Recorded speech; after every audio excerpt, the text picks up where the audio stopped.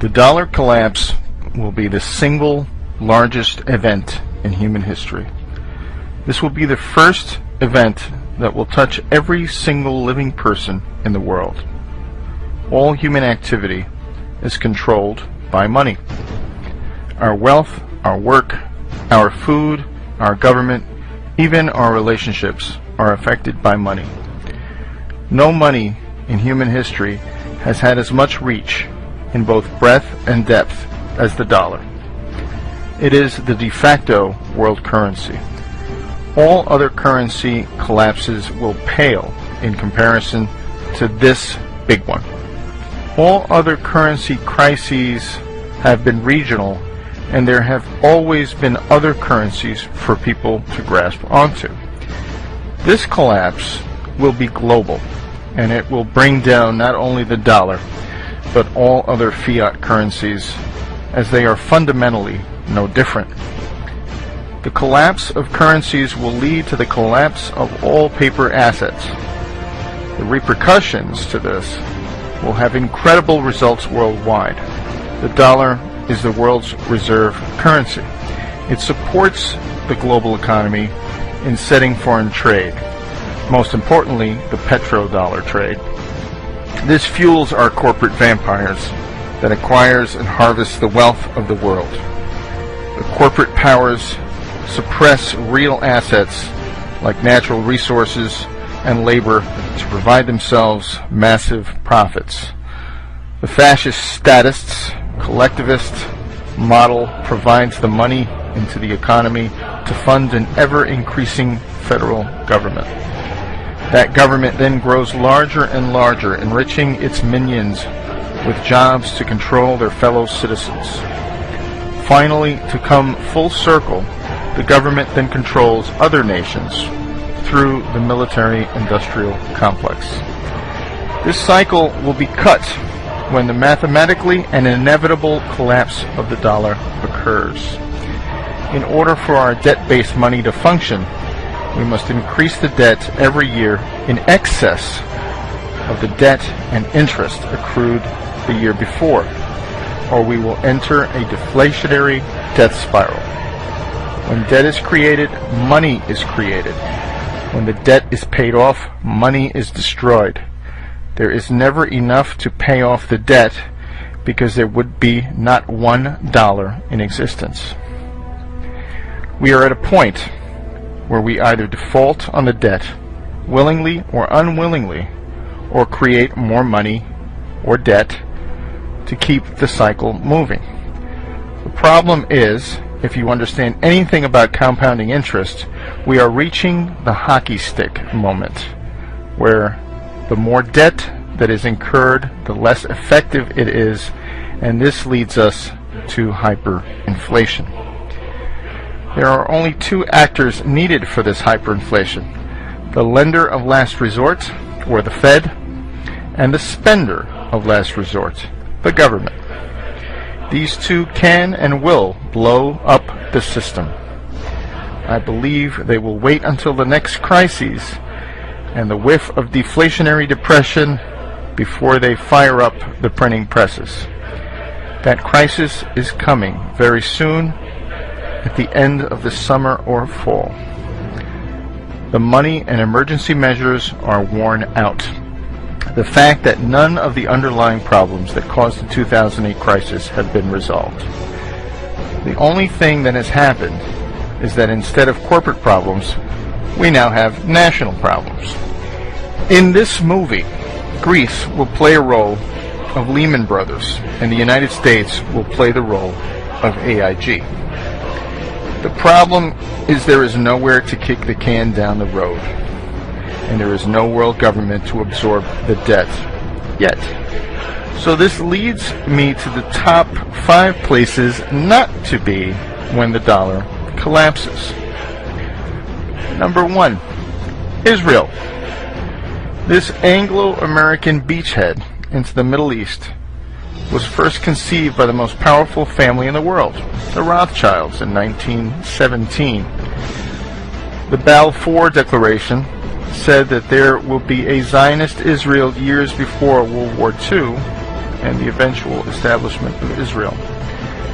Israel has not been a very good neighbor to its Muslim nations, and has always had the two biggest bullies on the block at its back. When the dollar collapses, the United States will have much too much on its plate, both domestically and internationally, to worry about such a non-strategic piece of land. This will leave Israel very weak at a time when tensions will be high. This very thin strip of desert land will not be able to withstand the economic reality of importing its food and fuel, or the political reality of being surrounded by Muslims. Number 2, Southern California. The land of fruits and nuts turns into battlefield Los Angeles. 20 million people packed into an area that has no water, and thus food is not good, to say the least. Throw on top of the huge wealth disparities and the proximity to a narco state, and this does not bode well. We have seen riots from Rodney King. What will happen when the dollar is destroyed and food and fuel stop coming into this area? People will get desperate and do crazy things, especially when a huge proportion of its citizens are on antidepressants. If food and fuel cannot get in, what about Prozac? At a time when people's worlds are falling apart, they lack the ability to deal with this new paradigm. If people come off these drugs too fast, they will suffer psychotic breaks, and you will have thousands of shootings or suicides. Number 3, England. The land of the Big Brother and former empire of the worldwide slave and drug trade will suffer heavily. The stiff upper lip that the British elite ingrained into the sheeple will not work anymore as the British population explodes. The human character will sacrifice and unite for a foreign enemy, but not if the enemy has always been the elite. The Anglo-American Empire may pull off another false flag to distract its population, but I feel this collapse will happen before they pull it off. This will make all eyes point at the British elite as solely responsible for this catastrophe. We have seen massive riots for soccer matches with hooligans. What will happen when this island with very little food and fuel gets cut off? Number 4, New York City. Another large urban area living too high on the dollar hog. There is little doubt that all of the wealth in New York City, New Jersey, and Connecticut is derived off of Wall Street wealth. The savings and investments of the whole nation and much of the world flows through this financial capital. As the world wakes up to the massive financial fraud, this will lead to the destruction of capital like we have never seen before. This will have tremendous effects on the regional economy as people driving in Mercedes suddenly wonder where their next meal is coming from. Number 5, Washington, D.C. The political collapse of the federal government will wreak havoc on the hugely inflated local economy.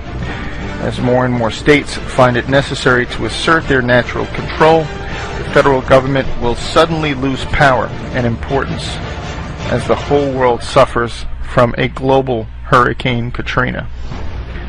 The money that they create and spend will become worthless, and the government minions' pensions will evaporate. Millions that once relied on the ability to force others to send their money to them will learn that the real power has always been at the most local level. Massive decentralization will be the answer to globalization gone mad. Local families and communities will forego spending money and power out of their community as they will care about their next meal and keeping warm. As Ayn Rand once said, "You can ignore reality, but you cannot ignore the consequences of ignoring reality. To sum up, those areas that have lived highest on the hog in the dollar paradigm will most likely be the worst places to live when the dollar collapses. Many of you will see this video with passing interest, but rest assured, this dollar collapse is coming. It is a mathematical inevitability. We will not be as fortunate to muddle through this collapse like we did in 2008, when it was a corporate problem. This time around, it is a national and global problem. The global Ponzi scheme has run out of gas. As the demographics decline, as cheap, abundant oil declines, as hegemonic power declines, this comes at a time when we reach the exponential or collapse phase of our money. The irresistible force paradox says, what happens when an unstoppable force meets an immovable object?